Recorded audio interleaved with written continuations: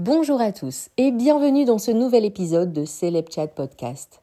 Aujourd'hui, j'aimerais essayer un autre format qui ressemblera fort au précédent, mais dans lequel je voudrais à la fois revenir sur les news du jour, mais également vous donner mon avis très objectif. Après cet épisode, n'hésitez pas à commenter. Je pense que c'est possible chez Apple Podcast, Google Podcast. Vous me direz. Je me ferai une joie de répondre à vos messages et surtout de lire vos avis sur les thèmes abordés. Alors, aujourd'hui, je reviens sur le trait d'humour de Blake Lively et sûrement son petit clin d'œil à Kate Middleton. Puis le scandale des commentaires de Danse avec les stars, Oprah Winfrey qui parle régime, Capucine Hanave qui prend parti dans la guerre des deux longs. Mais avant ça, je reviens sur le divorce de Shakira et son récent interview. Alors, prêt ? C'est parti pour les news du jour.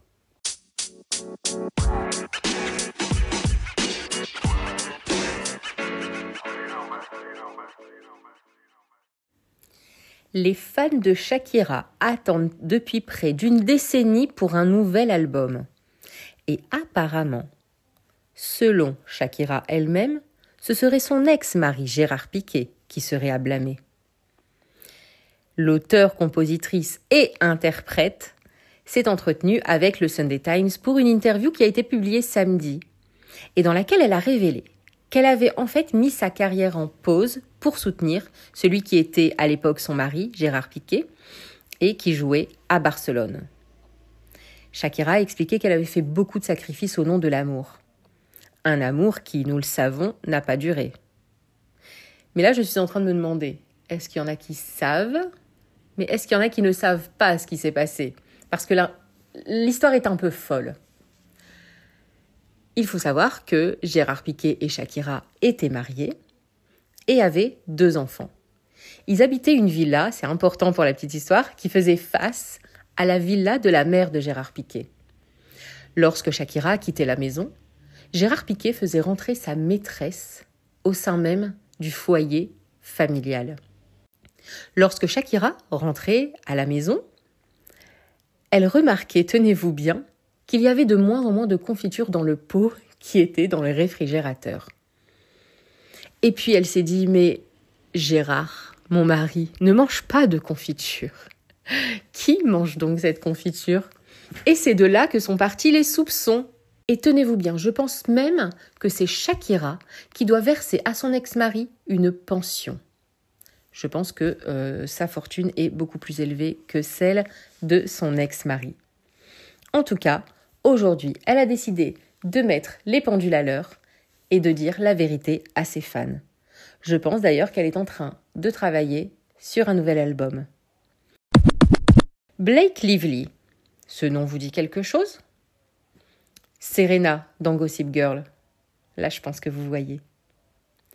Eh bien, sachez qu'elle veut que tout Internet sache pourquoi elle avait disparu dernièrement. Elle a publié sur son Instagram « Je suis tellement excitée de partager cette nouvelle photo que je viens de prendre aujourd'hui pour annoncer nos 4 nouveaux produits. » Blake Lively a une marque qui s'appelle Betty Buzz. Elle a sorti dernièrement un nouveau produit qui s'appelle Betty Booze. Ce sont de délicieux mocktails. Je vous disais donc, elle a publié sur son réseau social préféré Instagram une image. Clairement, cette image avait été éditée. Blake Lively a collé sa tête sur le corps d'une femme plus âgée. Elle a ajouté des canettes Betty Buzz un peu partout. Elle a inclus un citron flottant dans l'air avec un autre sur la table. Et bien sûr, le buzz était au rendez-vous. Les utilisateurs ont immédiatement pensé qu'il s'agissait d'une référence à la récente controverse sur les retouches photos de la princesse de Galles. Certains commentaires disaient « Kate vous a-t-elle aidé à éditer cette photo ?» Et un fan a même écrit, et ça c'était mon préféré, « Kate travaille dur, mais Blake travaille plus dur. » Danse avec les stars. Alors, cette émission, je n'ai jamais accroché. Je me souviens qu'en fait, je ne connaissais pas le concept, et quand c'est sorti en France, j'ai décidé de regarder, et je me suis dit « Mais en fait, toutes les semaines, je vais regarder les mêmes personnalités, entre guillemets, danser. C'est ça, en fait, le concept ? Je me suis dit, non, next. Et pourtant, Danse avec les stars, cette saison n'a jamais autant fait parler d'elle. Il y a eu un énorme regain d'audience et d'intérêt pour cette émission. Et dernièrement, cette émission a fait parler d'elle au regard des nombreuses attaques qui ciblent diverses personnalités. TF1 a dû même poster un communiqué court sur X, anciennement Twitter. La chaîne appelle au calme. Elle a écrit « Rappel important, Danse avec les stars est une émission de divertissement. Nous ne tolérons aucun message haineux, discriminatoire ou diffamatoire à l'égard des participants. Merci. » Un communiqué court et concis. Je pense que c'est Nico Capone. C'est un TikToker, je pense à la base, qui poste des vidéos humoristiques avec sa femme. Et c'est lui qui a été le premier à affronter les critiques liées à son poids. Je trouvais ça dégueulasse. Il a dû faire face à des attaques grossophobes.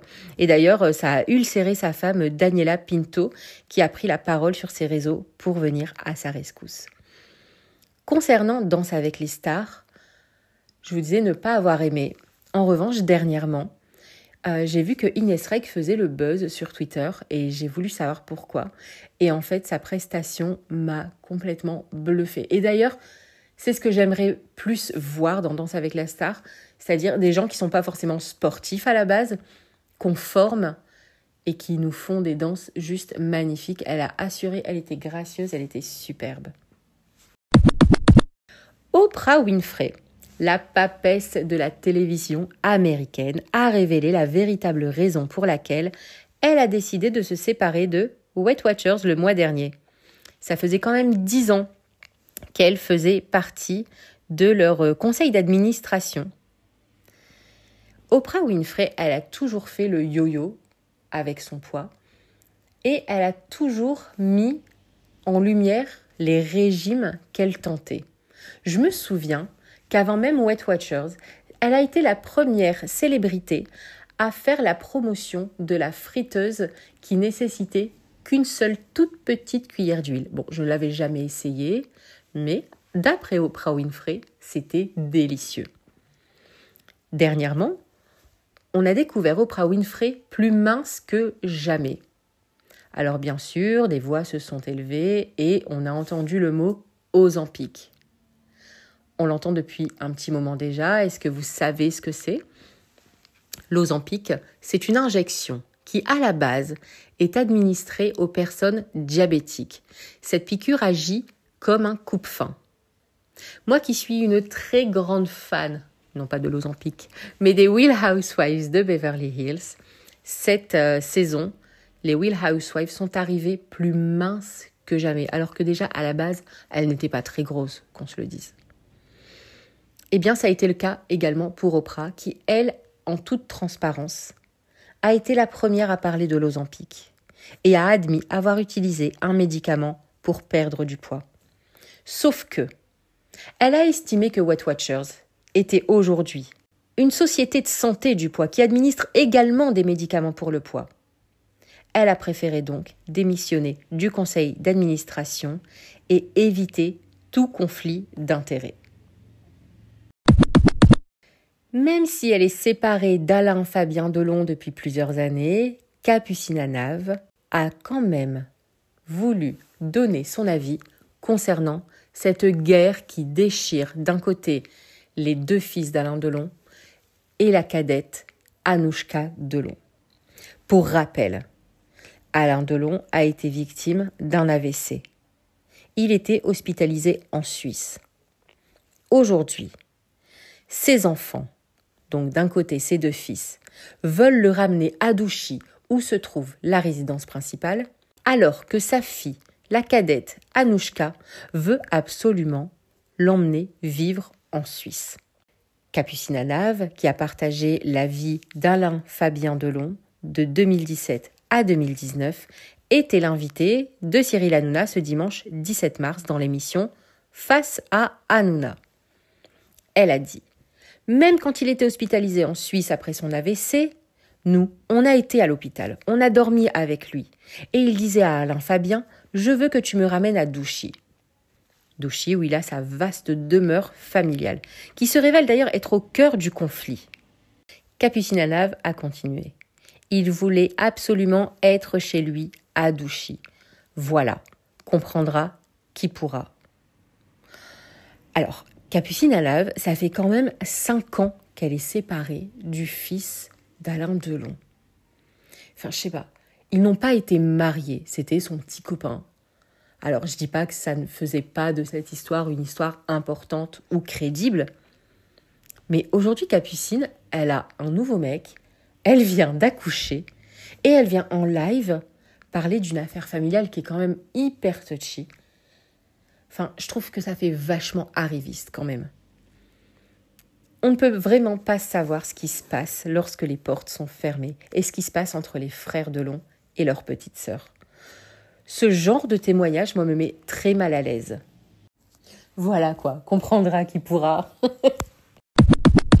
Et voilà, c'est fini pour aujourd'hui. J'espère que cet épisode vous aura plu. Merci encore d'être de plus en plus nombreux à m'écouter.